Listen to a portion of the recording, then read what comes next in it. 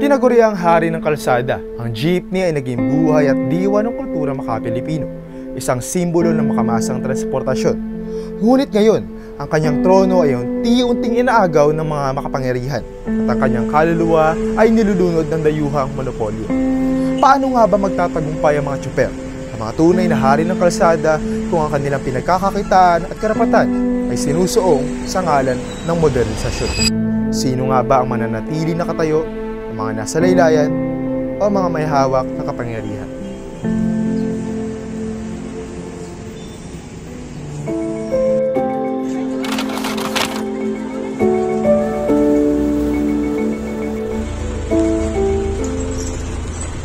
Magandang araw po. Ako po si Andrea May Reyes, second year college student. Kumukuha po ng Bachelor of Secondary Education, major in Filipino, mula po sa Bulacan State University. Maaari niyo po bang ipakilala yung sarili niyo at ilang taon na po kayo? Ako naman si Vic Mariano, taga Cagayan, Cagayan Valley. Ako isang driver ng biyaheng po. Pwede ko po bang malaman kung gaano na po kayo katagal na driver po? Ano ko, mga 30 years na ako driver. 30 years? Wala nung nasa kumpanya pa ako. Hanggang ngayon po, simula noon hanggang ngayon, kumpanya pa rin po kayo. Iisa lang po yung naging kumpanya niyo. Hindi, kasi dati sa RFM ako. Ngayon, nung nag-resign ako sa RFM, dito na ako sa driver ng Tungko. Mga ilang taon na po kayo dito po bilang driver sa Tungko? Mga 20 years. 20 years na po. So halos, hindi po halos, no, halos kalahati na talaga nung naging buong taon nyo bilang driver dito na po sa San Jose. Okay po. Yung pamamasada nyo po ba araw-araw po? Oo, sa ngayon. Araw-araw. Wala po kayong nagiging pahinga? Sa ngayon, wala akong kasi, pero dati, dalawang grupo kasi ang nakakapag-rest day ako isang araw sa loob ng isang linggo. Mga ganun lang po. Dito po ba sa terminal nyo, meron po ba kayong mga batas or parang meron po kayong bawal? Siyempre marami. Pwede po ba kayong mag-share kung pwede lang? Katulad yung mga bawal mag-inom na nagmamaneho. Okay po. Kapag naman po namamahinga kayo or wala po kayong pasada, ano po yung, may other work pa po ba kayo? Sa bahay. Sa bahay lang po, pahinga lang po talaga. Bahay naman. Dito naman po sa terminal nyo, masasabi nyo po bang close naman po kayo sa mga ibang driver, kapwa nyo po driver? Sa sarili ko, talagang malapit ako sa mga kapwa ko driver dahil mabait akong tao eh. Wala rin akong kaaway.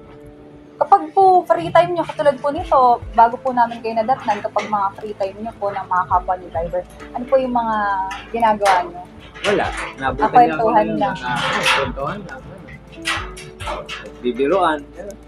Pagdating naman bilang driver po, di ba marami na pong mga samahan ngayon yung mga driver. Kayo po, meron po ba kayong samahan ngayon na sinalihan? Ito lang. Itong namin, saka sa senior. Kasi 65 years old na ako ngayon eh. Ito lang po. Ito po yung union or samahan na kabilang po kayo. Tapos may kami sa senior. Tingin niyo po yung pamamalakad ba nung sinasalihan niyo po ngayon na samahan, pabor naman po kayo o meron po kayong mga hindi gusto? Kung tutusin, para sa akin, may pabor, may hindi pabor. Ganon. Pwede niyo po bang sabihin kung bakit po may parteng hindi kayo pabor at meron naman pong pabor? Katulad yan, yung pagpapatakbo ng isang namin, medyo sa namin, may pagkukulang. May pagkukulang lang. Sa paano pong paraan kaya hindi parang feeling niyo po nakukulangan kayo, may pagkukulang yung samahan? Kasi dati, ang mas maganda yung patakbo ng samahan nung hindi kami co-op. Kaysa sa ngayon, co-op na kami, puro na lang.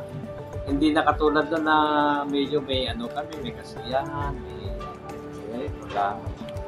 Ako po, personally, hindi ko po talaga alam yung co-op. So, pwede niyo po bang mas linawin kung ano po yung pinagkaiba nung wala pang co-op at kung ano yung mga naging changes po nung nagkaroon po ng co-op? Yung co-op na namin ngayon, yung parang sa gobyerno kasi. Sa gobyerno po. Oo, sa gobyerno yun. Yung ano namin ngayon kasi hindi katulad nung una na sa mga sasamahan namin, puro traditional. Ngayon may mga Egypt na kami na ano ngayon. Parang pinagsama po kayo. Oo, Yung co-op niyo po, pinagsama yung Egypt, yung modern, tapos yung traditional jeep po. Oo. Para sa inyo po, nung pinagsama yun, meron po ba kayong nakita changes? Yung effect doon sa ano namin, Paano- talaga malaki. Paano Malaki po kayo dito. naapektuhan? Siyempre, katulad yan, pagka yung mga, ano na, dati, marami kaming pasahero. Ngayon, hindi na, wala na kaming ano sa pasahero yan, kulang na kami sa pasahero, katulad yan. Yung mga naka-stack na jeep yan, naghihintay ng mga pasahero yan, hindi katulad nun na nauubos kami dito. Maganda yung takbo namin, maganda yung kita. Ngayon, yung kinikita namin nun na 1,000, ano na lang, Kalahati na. walang kalahati. Talagang 1/3. 1/3 na lang. Minsan 3 na. Tapos nahahati na po yung Oo. mga pasahero. Ganun na lang ang ano namin. Ngayon po na nasabi niyo po na meron nga po kayong mga patakaran ngayon sa co-op niyo na hindi po kayo masyadong sang-ayon. Meron po ba kayo naging action dun sa mga yun? Nag-try po ba kayo na parang kausapin or makipag-usap sa mga kapwa niyo driver para meron po kayong gawing action? Magagawin action. Opo. Ang mga ganyan na ano, hindi na namin, siyempre, sumusunod na lang kami. Kung ano man ang napag-usapan yung mga opisyal namin, siyempre, kami membro, susunod na lang kami. Sumusunod na lang kami. Okay po. Pero sa 30 years po, no, tama po ba ako? 30 years na po kayong driver, sabi niyo. Oo, sa mula nung nasa kumpanya ako. Pero sa 30 years po na yun, jeep lang po talaga yung pinasada, no? Hindi. Nung nasa kumpanya kasi ako, sa truck, ganyan. Pero yung pag-jeep ni driver niyo po, mga ilang taon kung susumahin po lahat ng taon. Ilang taon na? Opo, sa jeep lang po, Sa jeep as a lang. driver. Yun nga, mga 20. Okay. Kasi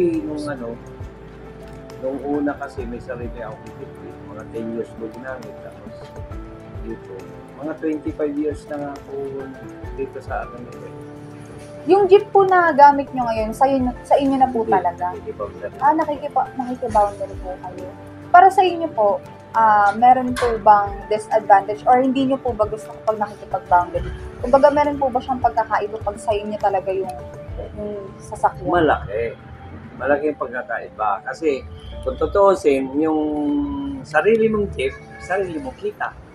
Tapos pagka yung magbaboundary ka, siyempre, May kahati na po kayo. Tapos sabi nyo nga po, di ba, nahati pa po yung dating 1,000. Opo. Pwede ko po bang tanongin na sa 30 years nyo pong pagiging driver, nakilahok na po ba kayo sa pagrarad? Kahit isang beses lang po. Marami. Doon sa na yan, talagang nung may sasakyan pa ako, sumasali ako talaga. Dala-dala ko pa yung sasakyan ko. Kung saan-saan kami sa Maynila. Pero nung nagkaroon po kayo ng co-op, hindi na po kayo sumali. Kahit gustuhin nyo man. Ay, hindi na ako. Kasi, at saka isa pa, may edad na ako. May edad na rin po. Hindi ko na kaya mga maneho sa mga malalayo. So, nung lumabas po sa TV, sa news na magkakaroon nga po ng jeepney phase out tapos papalitan po ng mga e-jeep o yung mga modern jeep, ano po yung naging epekto nyo? Reaction, Opo, yung reaction. epekto Opo, ano po yung...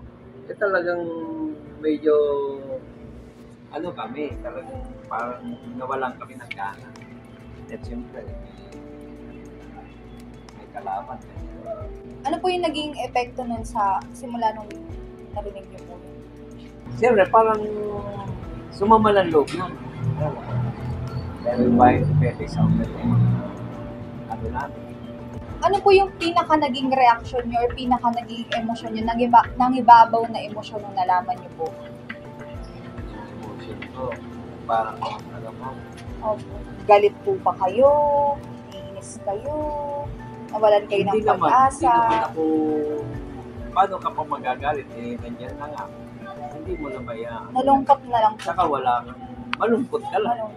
Doon po sa nangyari, tingin niyo po ba balanse yung karapatan ng mga tsuper gaya niyo po tapos pinapatupad ng mga LGU sa mga nasa government po? O tingin niyo po naging dihado kayo bilang mga tsuper? Talaga, dihado talaga kami ng mga maliliit na driver.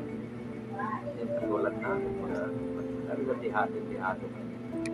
So naramdaman niyo po na parang hindi kayo kinonsiderate man lang bago nagkaroon ng ganong balita na i-phase out yung mga traditional jeepneys po. Yun nga, talagang parang nanghina ng kalooban, nanghina talaga. So napansin niyo po na hindi po balance yung ano nila, opo. Parang Sila po yung mas nangibabaw, yung Oo. desisyon nila yung mas nangibabaw. ano ba silang nangibabaw? Yung LGUs. Sila nangibabaw. Kinonsult po ba kayo ng government tungkol po sa planong pag-jeepney phase out? Kumbaga, tinanong po ba nila kayo kung sang-ayon po ba kayo o bigla nyo na lang pong nalaman sa balita na magkakaroon na po ng jeepney phase out? Wala po talaga kayong kaalam-alam na magkakaroon ng gano'n. Nalaman nyo na lang po Sa balita. sa balita. Oo, sa balita. Ano pong naramdaman nyo nung parang naramdaman nyo na kami yung maaapektuhan bilang jeepney driver pero hindi namin nalaman. Kumbaga sa balita pa po ninyo nalaman. Yun nga, dun na sa balita namin nalaman. Siyempre, alam din naman ng mga mahawak na dito na gano'n nangyari. Saka yung binalita na lang sa akin. Meron po, nung nalaman nyo po na magkakaroon na ng mga e-jeep, ganyan, meron po ba silang pinangako sa inyo na sa mga jeepney drivers ng traditional jeep? Na huwag kayong mag-alala kasi kahit may e-jeep, ganito pa rin. Meron po ba silang mga ipinangako na gano'n? Para sa akin, wala eh. Wala po silang ipinangako. Wala. Na kahit magkaroon ng mga e-jeep, hindi naman po mae-chapwera yung mga traditional jeep. Wala pong gano'n. Wala namang sinabi ng LGU sa akin na gano'n. Ano pong nararamdaman niyo na parang wala man lang po silang sinabing gano'n sa inyo? Ang naramdaman ko para sa sarili ko? Opo, para sa sarili niyo po. Sa sarili ko? Opo. Wala akong naramdaman kasi okay lang naman sa akin eh. Okay lang, wala namang problema sa akin yung ano. Dahil hindi ang katwiran ko, hindi lang naman ako. Marami naman kami. Pero sa akin, wala akong naramdaman. Pero sabi niyo po kanina na naapektuhan po kayo bilang jeepney driver na nagkaroon po ng modernization. Ayun nga. Siyempre, pagka ganun, nung una, hindi maiwasan yung talagang mag-iisip ka kung paano ka kikita, gano'n. Pero nung nasanay na rin kami. Tinanggap niya na lang po. Oo, ilang taon na, 2 years na. Hindi po kayo nag-try na baka pwedeng madaan sa kilos protesta? Minsan, naman dito pagka yung, pagka sinabi naman ng hindi bibiyahe, gano'n, hindi naman kami bumibiyahe. Ayun lang po, Mr. Vic. Maraming salamat po sa pagpapaunlak sa amin na malaman po yung opinion nyo tungkol sa jeepney phase out. Sa gitna ng mga kalsadang tinatahak ng mga tsuper, ang tsismis ay umusbong bilang isang masalimuot ngunit makapangyarihang anyo ng diskurso mula sa mga nasa laylayan. Ito ay nagiging daluyan ng impormasyon at hinaing laban sa sistemang minamaniobra ng mga kapitalista na higit pang nagpapalalim sa agwat ng lipunan.